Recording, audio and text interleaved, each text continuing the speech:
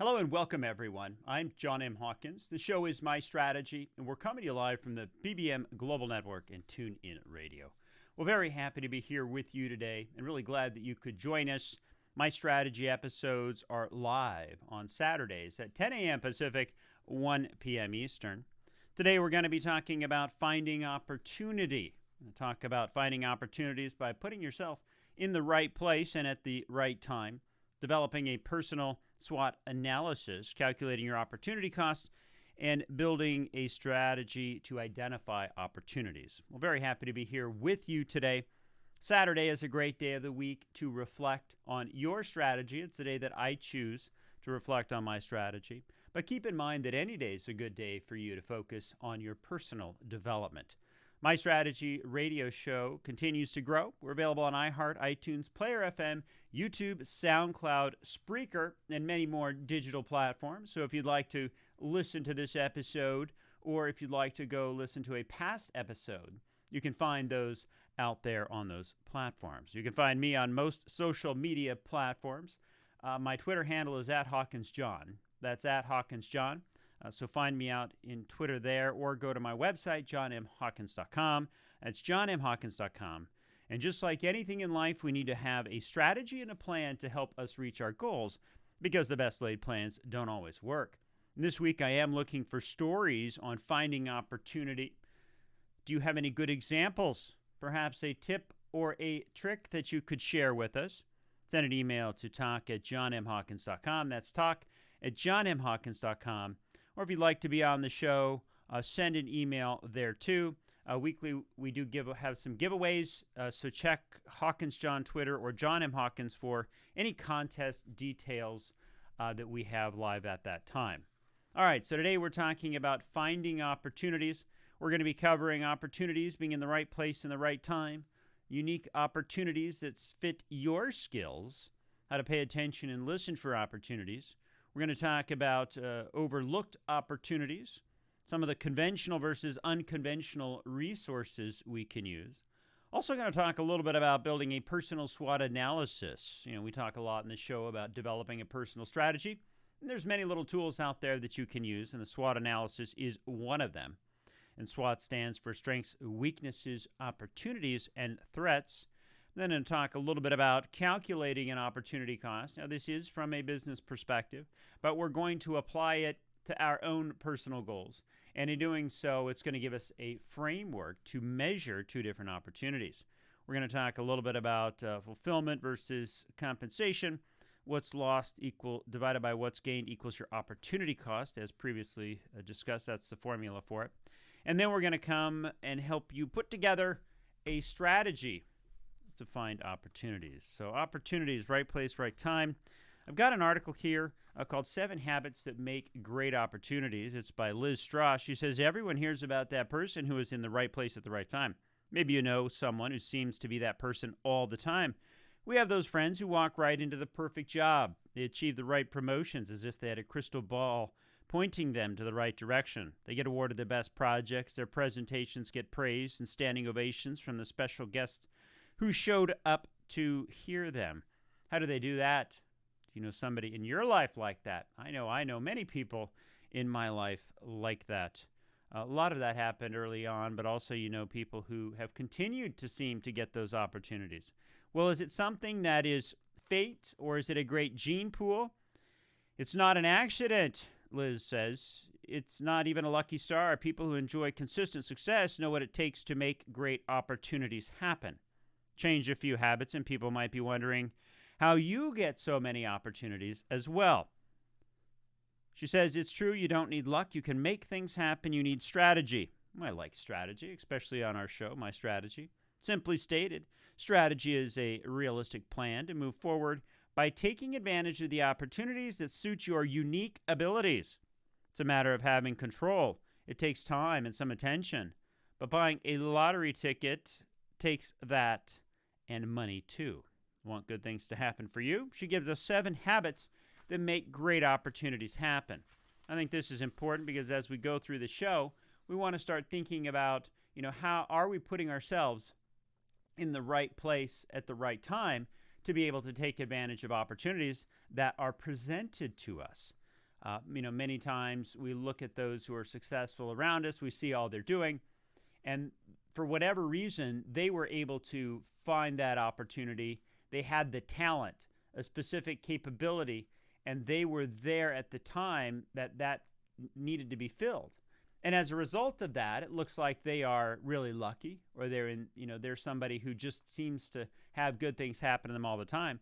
But really, as we go through this and talk about opportunities, it is almost as much as we identify who we are as a person, and then we try and put ourselves into those positions. So we need to constantly be looking for those opportunities.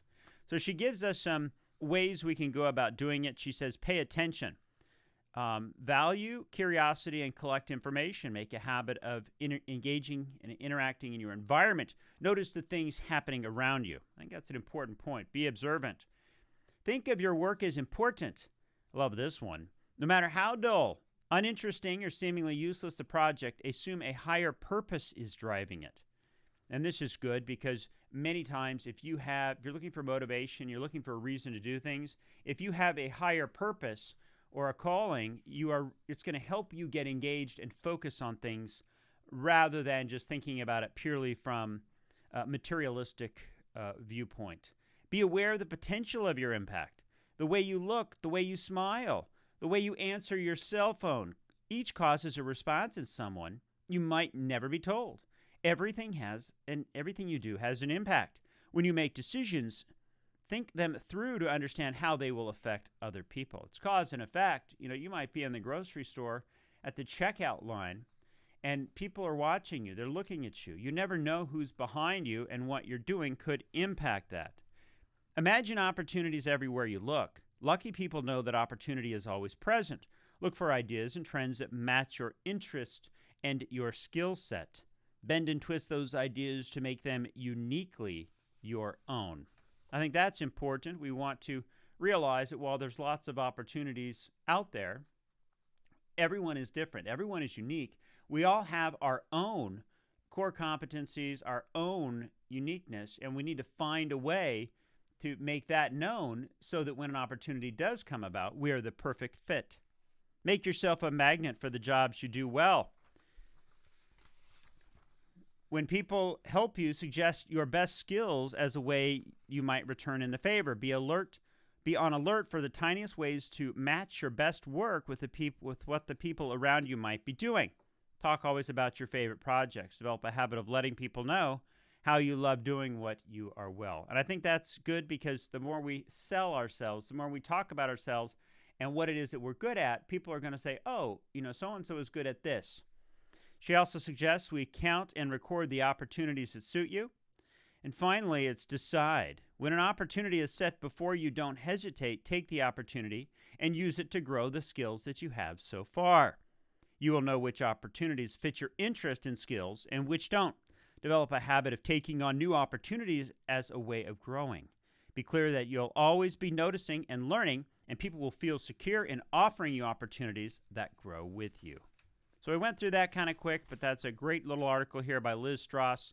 7 Habits That Make Great Opportunities Happen.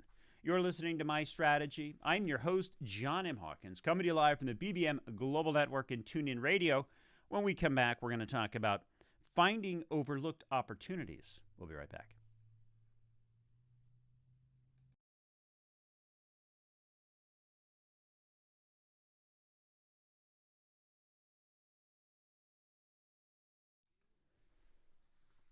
Hello and welcome back, everyone. I'm John M. Hawkins. The show is My Strategy, and we're coming to you live on the BBM Global Network and TuneIn Radio. We're very happy to be here today. I'm glad you could join us.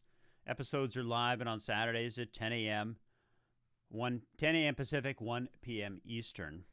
Today we're talking about finding opportunity, and right before the break we were talking about being in the right place in the right time, finding opportunities that fit your unique skills, learning to pay attention for those. In this segment, I want to talk a little bit about finding opportunities, overlooked opportunities, conventional versus unconventional resources, and ways that we can find some of those overlooked opportunities. Got an article here called, the title is A Simple Guide to Finding Opportunities.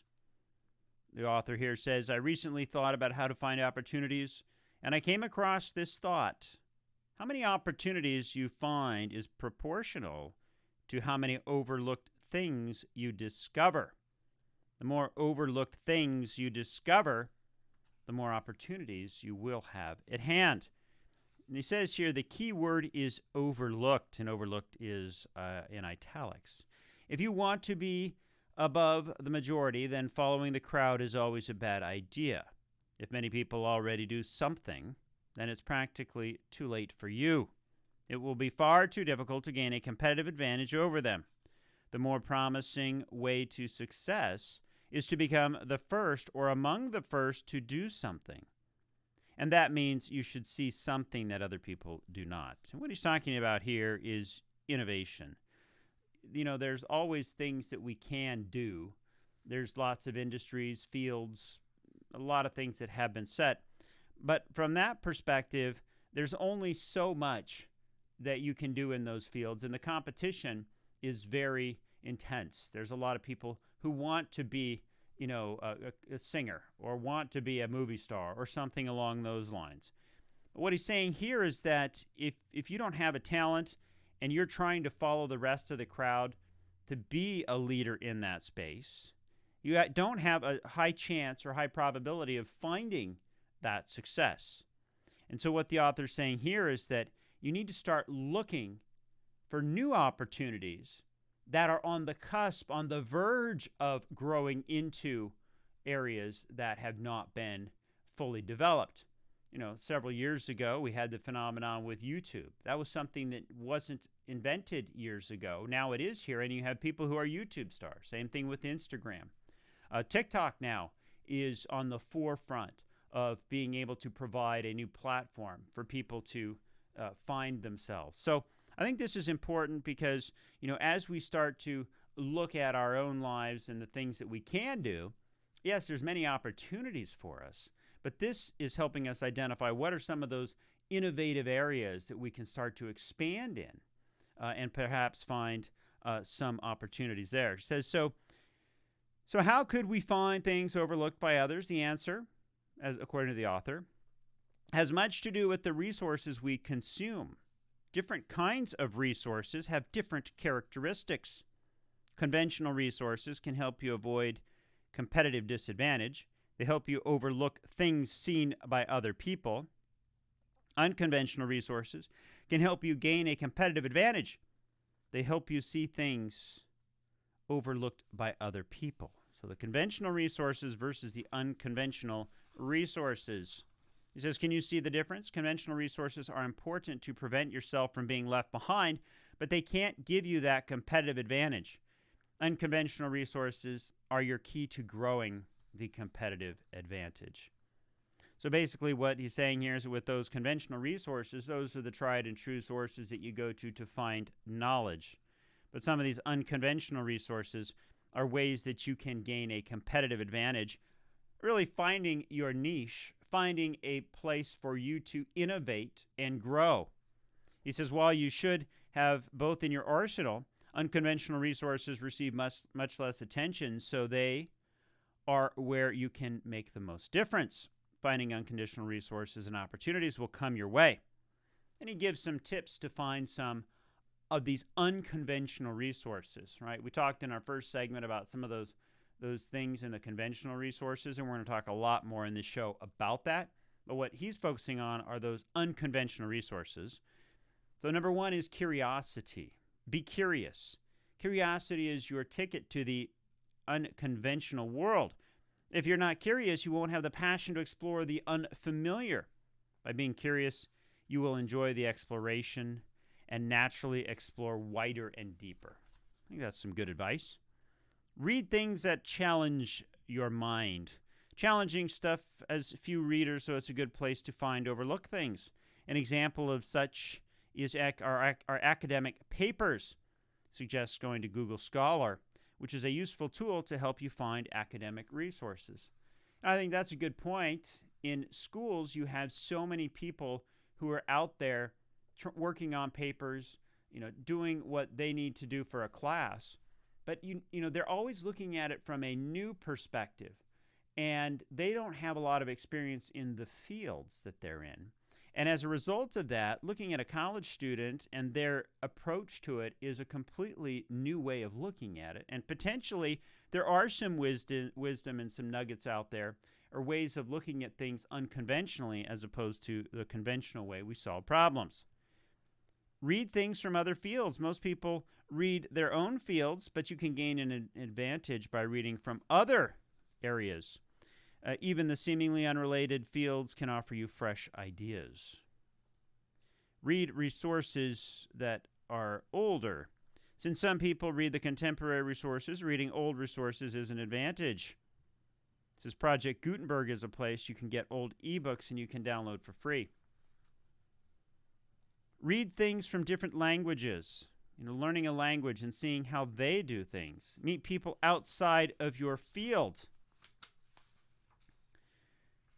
Meet people from different cultures. I think this is a great one. Looking at cultures and how they do things differently globally can really open your mind and realize that while you might solve things one way where you are, other cultures look at things differently.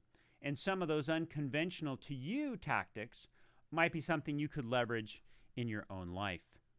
It also says you should be observant and find patterns. Patterns, there are many things happening in this world, but for the most people, they're just independent events that aren't related to each other. Only a few people can find the patterns behind those events and recognize the bigger story. So that's some information here on how to find opportunities, both from a conventional and unconventional perspective. You are listening to My Strategy. I'm your host, John M. Hawkins, coming to you live from the BBM Global Network and TuneIn Radio. When we come back, we're going to talk about putting together a personal SWOT analysis. We'll be right back.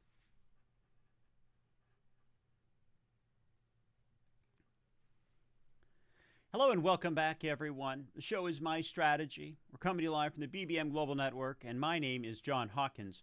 We're very happy to be here with you today and glad you could join us. Today we're talking about finding opportunities. Right before the break, we talked about some conventional and unconventional ways that we can find opportunities, identify places where we can innovate and find our own niche. In this segment, I want to talk a little bit about our personal SWOT analysis. Now, SWOT stands for Strengths, Weaknesses, Opportunities, and Threats. It's a tool used in the business community. And what we're going to do in this segment is we're going to give you some tips on building a personal SWOT analysis because, as many of you know, in my show I have a 5-step process where we go about looking at awareness and then assess and analyze. And a SWOT analysis is something we can use to analyze. So we're talking about finding opportunities, and I've got an article here from a group called Mind Tools, and I do bring on a lot of their stuff. They have a very, very, very good, this quick reading that you can use to help solve various problems. And this specific one is on personal SWOT analysis. It says making the most of your talents and opportunities. They talk a little bit about, what you need to do to succeed in life, using your talents to your fullest.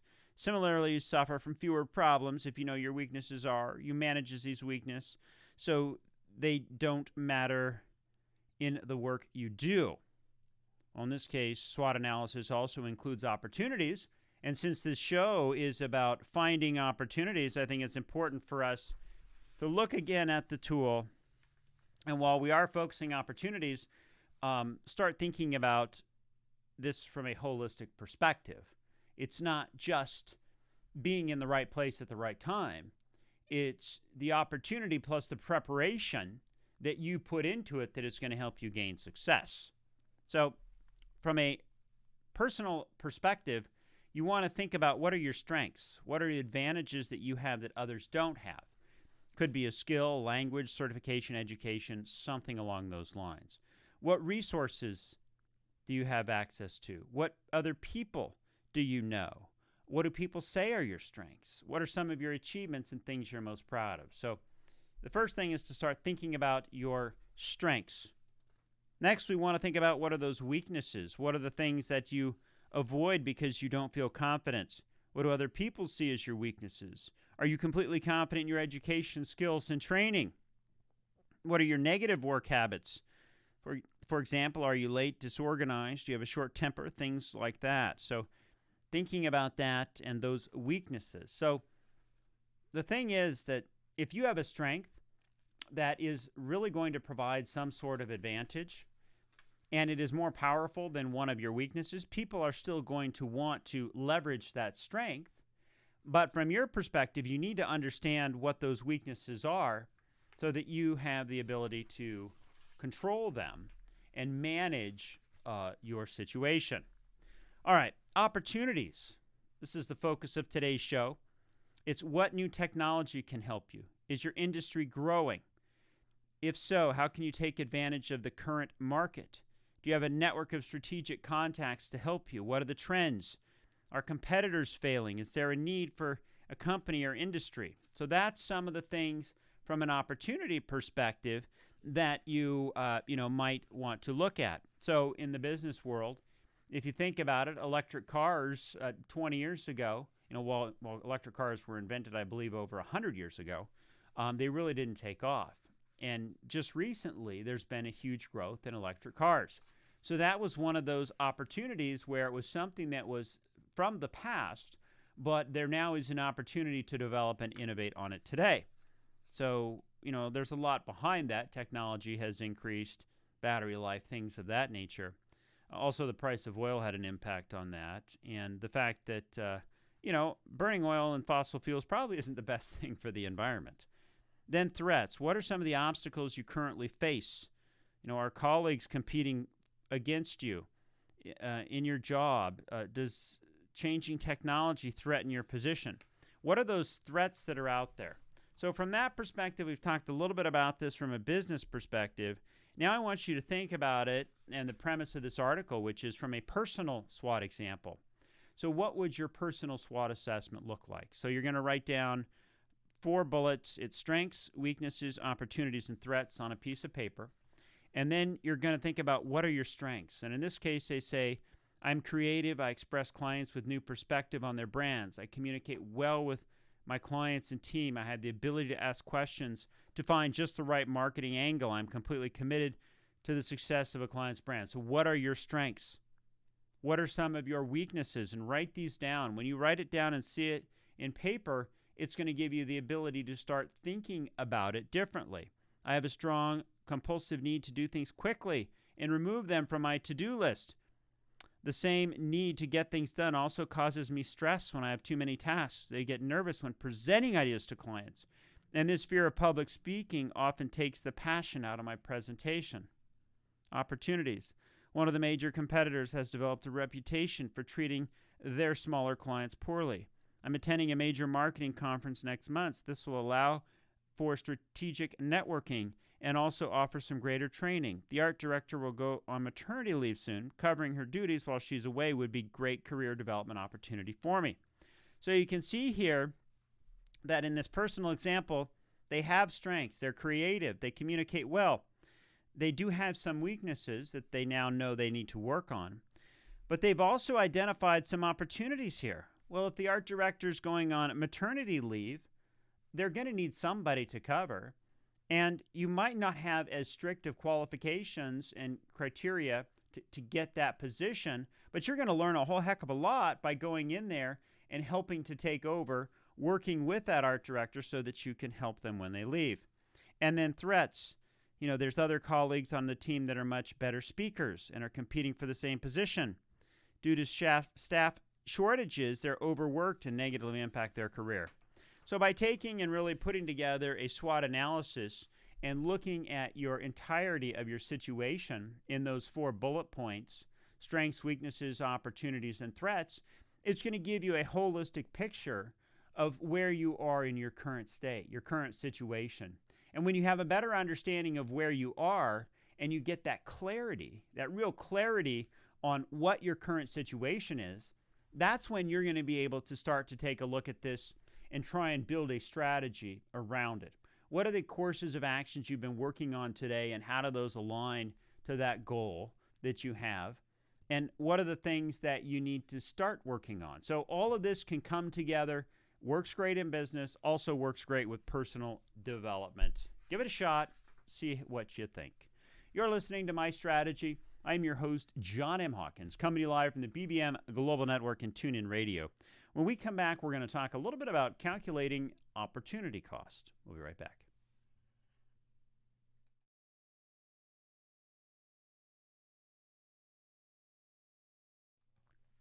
Hello and welcome back, everyone. The show is My Strategy, and I'm your host, John M. Hawkins. Today we're talking about finding opportunity.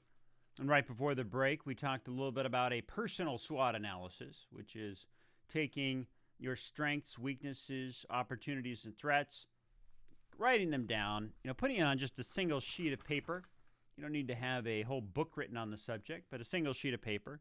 And that can help you find opportunities and determine which ones you are best suited for. In this segment, I want to talk a little bit about calculating your opportunity cost. Now, many of you might say, what is calculating your opportunity cost?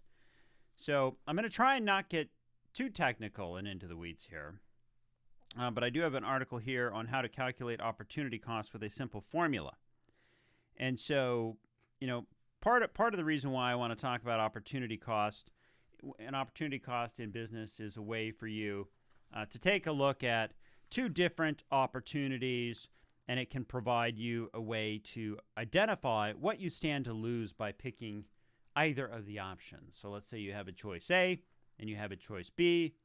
If you choose choice A, what are you going to lose by choosing choice A and not choosing choice B? And if you choose choice B, what are you going to lose by not picking choice A? So there's a whole formula behind it.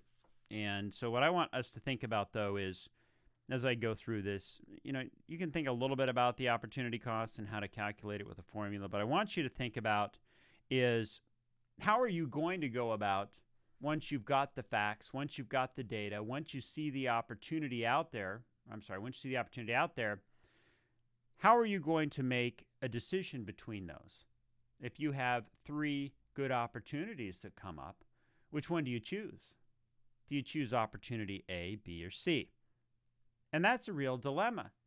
You might have three opportunities. Each one of them is going to take you in a different direction. And now it's up to you to make the right decision. Option A might take you nowhere. B takes you to better and better opportunities and ultimately towards your goal. And C might work out for a while and then not work. So that's what we're talking about today. And I've got an article here called How to Calculate Your Opportunity Cost with a Simple Formula. Says if you're ever trying to make up your mind between two equally appealing financial options, you probably have a few dependable resources you can turn to. You could consult with your loved ones, as many of us do. You could ask a mentor for insight. Or if you're feeling really split and totally whimsical, you could flip a coin.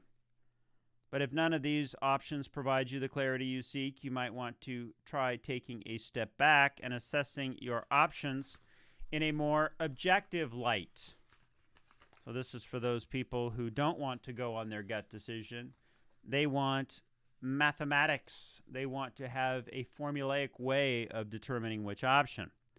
So it says the opportunity cost helps you determine, in simple mathematical terms, what you stand to lose by picking either of the options. It provides a scale which you can use to quantify the values of each choice and then make a simple cost-benefit analysis, whether you are trying to construct a budget, decide if in a few years of school is right for you. I guess that's the example they give here.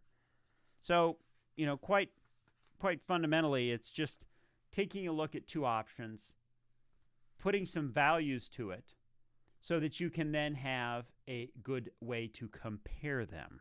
Now, some of this is, putting together this formula is going to be based off of, how do you, say I'm going to get a lot of job satisfaction out of this job A and less satisfaction out of job B, you're going to have to put some numbers to it. Well, it's no different than when you go to the doctor and they say, well, what's your pain level? Are you a 0, 1, 2, 3, 4, 5 through 10? Well, you put a number on there saying, oh, the pain level is 5 or it's 2. So as you start to think about, which job is more satisfying or of the two options, you're going to have to put some numbers in there and guesstimate. But if you are somebody who absolutely wants to be able to calculate the benefit between two options and have a scientific approach to making determinations on the best opportunity, this is a way to do it. It says here, or find out how much saying yes is actually going to cost you. So the opportunity cost helps you cut to the chase and figure out where your priorities lie. We've included some guidelines on how to calculate the opportunity cost and how you can use those calculations to achieve a greater sense of clarity.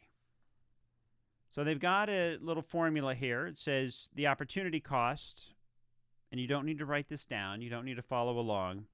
But it's what you've lost divided by what was gained, which equals a percentage, right? Anytime you divide a number over another number, you're going to get, in this case, a percentage of what was the cost.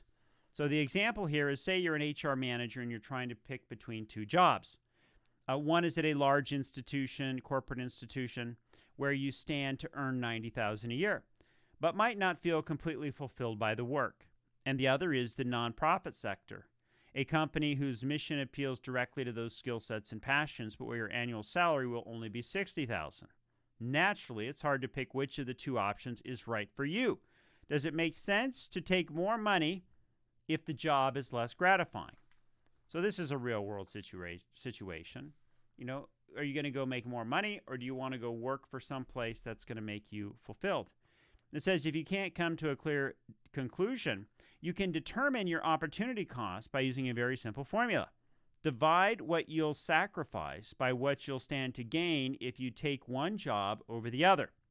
So in this instance, if you're seriously considering the lesser paying job, a position of the nonprofit, you'll find that $90,000, and that is what you've lost, divided by the $60,000, which is what's gained, equals to $1.50, which gives you in plain terms the opportunity cost of taking the less lucrative position is that for every dollar that you'd make at the nonprofit, you could be earning an additional $1.50 per hour at the other company. So, I'm sorry, $1.50 per of salary. So you're basically going to be making more money, $1.50 in relative costs and relative value to it. So from that perspective, a lot more information here that you can go through, but essentially it gives you the way of calculating your cost and benefits and what might be the best decision from a mathematical perspective. You're listening to My Strategy. I am your host, John M. Hawkins, coming to you live from the BBM Global Network and TuneIn Radio. When we come back, we're going to talk about finding opportunity. We'll be right back. Hello and welcome back, everyone. I am your host, John M. Hawkins, coming to you live from the BBM Global Network and TuneIn Radio. Well, right before the break, we were talking about calculating the opportunity cost, which got pretty deep in terms of mathematics, and basically what we'd identified there was that a way for us to calculate the benefit of doing something. And so in this case, we were looking at two different job opportunities, and we were able to calculate the opportunity cost of taking a less lucrative position. And basically, for every dollar we'd make at the nonprofit, you could have earned $1.50 at the other job instead. So I don't know if I made that clear before the break, but basically that gives you the ability to then calculate and determine what the better value is. And then for things that you don't have specific metrics, you do a 1 through 10 scale. Right. So in this segment, I want to talk a little bit about, finding your opportunity and developing your strategy. So when I think about developing your strategy, we've talked a lot today about a lot of different things. We've talked about opportunities and luck and being in the right place in the right time. We've talked about overlooked opportunities, conventional and unconventional resources. We've talked about personal SWOT analysis and also calculating the opportunity cost. So now it's time for us to come together and put together a strategy. We try and do it within the hour because that's how long the show is. So I've got a 5-step process to help us put together our strategy. And number 1 is awareness, assess and analyze, strategize and plan. 4 is implement, and 5 is support and evaluate. So awareness, assess and analyze, strategize and plan, implement and support and evaluate. So from an awareness perspective, we want to be aware, what is our vision, what are our goals, what are we trying to accomplish? Is there something we are trying to do? Also, take into account our core values, our value system. Who are we? What are we good at? And so as we do that, and we need to assess and analyze, one of the things we can use to help assess the situation is that personal SWOT analysis example that we went through. So, I talk a lot about assessing and analyzing as being step 2. Well, in this case, we've got a little tool. So you could do a SWOT analysis. You could take a look at your strengths, your weaknesses, opportunities, and threats, and really, come up with a mindset shift on what you need to be focusing on. You might have every single skill set that's out there, but you weren't out there promoting yourself. You're not out there telling people what you do. Well, how are people going to find you? And how are they going to know that you have those skill sets if you're not promoting them? If you're not getting into those environments? If you're not making a name out there? So, from that perspective, not only do we need to assess and analyze, but we need to strategize and plan. Also, from an assessment and analyze perspective, we talked a little bit about, the business aspect of opportunity cost. And, for some of us, it's easy for us to make a gut call. You flip a coin. If you've got 2 different decisions, you've got choice A, choice B. If you flip a coin and say, I'm going with choice B, and then you say, okay, this is the car I'm going to get, or, this is what I'm going to eat for dinner. Well, your gut's going to tell you right away if it's a good decision or not. So when you can't do that and you don't have the ability, you can put a formula to it and work through what that value is to you. Is there a value in you writing a book? What's the opportunity cost of you writing a book or you going to school? What's the opportunity cost of you, doing choice A versus choice B? Getting a part-time job versus going and volunteering for the Humane Society or some sort of a volunteer that you really love. These are real-world situations, and you can't always compare the dollar value that you're getting to the value of what you're trying to do on a personal level. You could make the extra money doing a part-time job, but is that really going to get you where you want to go? Is it something that's going to give you fulfillment, or is it merely, a material thing that's going to, hopefully get you a little bit more money to get through a certain situation? So as we start to think about this from a strategic perspective, these decisions come up every single day. These opportunities present themselves. And we need to be thinking about this so that when an opportunity comes, right, opportunity plus preparation equals success, that we know either through our gut or through statistically what is the best decision. So as we start to strategize and plan and get that information, we need to start testing it. We need to start going out there and actually doing it. So what are some of the things that we could be doing? What could we be implementing to help us? Maybe if you were thinking about getting a part-time job to help offset bills, or you were going to go volunteer at the animal shelter, how could you test the waters and kind of get enough information so that you're making the right decision? You could go volunteer for a couple of hours rather than throwing yourself and giving yourself a big commitment without knowing the benefits. So there's all these different strategies that we can use to help you get enough information so that you have clarity, so that you know the outcome of those actions. And in knowing the outcomes of the actions, or being able to say, this is where I think this is going to take me, it's going to put you in a better position when it comes time to strategize. And so, and there could be things you've been working on that haven't been working. And so you really want to, at that point, take a look at all this data maybe it's not a lot of data, but in a personal development aspect, some data, so that we can help us make the best decision. And then we need to just go for it and implement the plan. Implement the plan and see how it goes, right? I mean, if you don't try something, you don't know if there's going to be a positive outcome from it. You never know what skills you're going to learn by trying something new or doing something that you haven't done before. So from that perspective, jump in both feet, start doing it, get out there, engage, meet new people, and really start to experience and explore what's out there. Try and find those opportunities. And in knowing who you are and what you're good at and marketing yourself and advertising yourself and talking to people about what you like, you're going to find those opportunities. There's opportunities out there for every single one of us. They're waiting for us. There's a demand. There's a need. And in building a little bit and spending a little bit of time, putting together a strategy, thinking through our course of actions, it's really going to give us the opportunity to take advantage of those. You're listening to My Strategy. I am your host, John M. Hawkins, coming to you live from the BBM Global Network and TuneIn Radio. When we come back, we're going to talk about putting your plan in place. We'll be right back.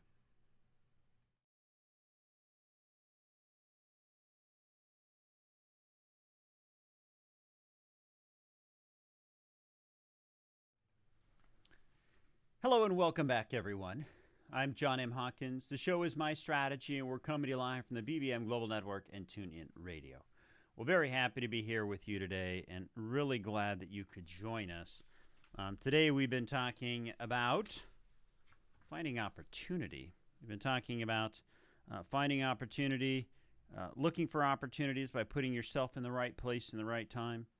Talking about developing a personal SWOT analysis, calculating your opportunity cost, and building a strategy to help identify those opportunities. And in case you did miss this broadcast, you can go back to iHeartRadio or Apple iTunes and listen to those on podcast format. If you'd like to have something covered in the show, send an email to talk@johnmhawkins.com or give me a call at 844-MY-STRATEGY, 844-MY-STRATEGY. Today, as I said, we've been talking about finding opportunities.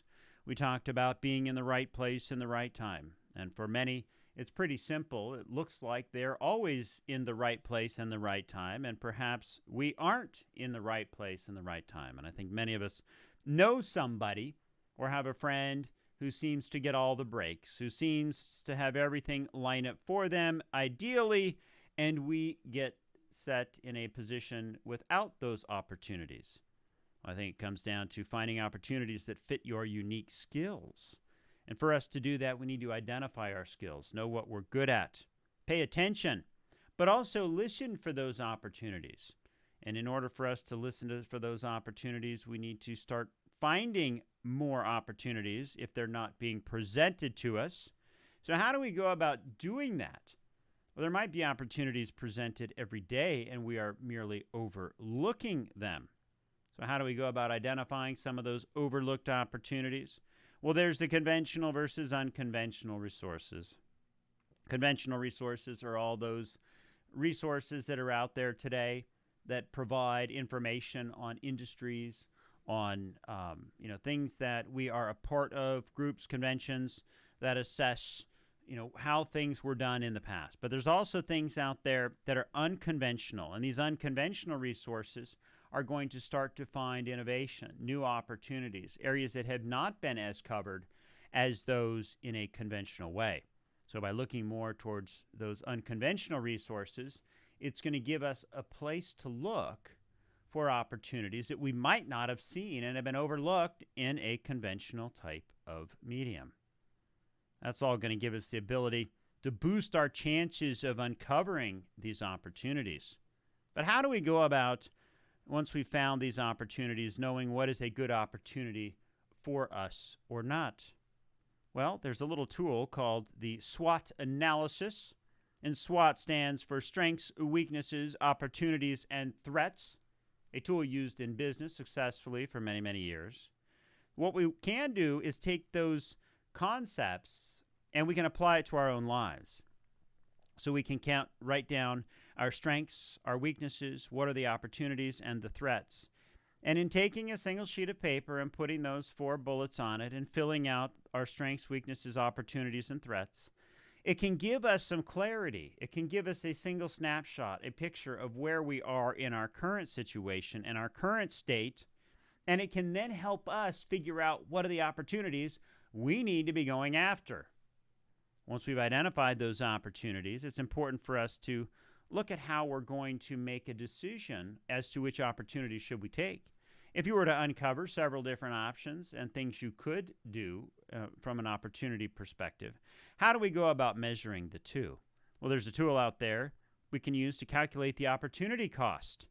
It's what's lost divided by what's gained, which is your opportunity cost. We went through a simple example of an HR manager who was going to make one salary at one job A, and at job B they were going to make a less salary, but there was going to be additional fulfillment. So those opportunity cost formulas can help you compare and contrast the two. Finally, I think it's important for us to, once we find this opportunity, we need to have our strategy in place. And having a solid strategy in place means that we're going to be confident about what we're going to do.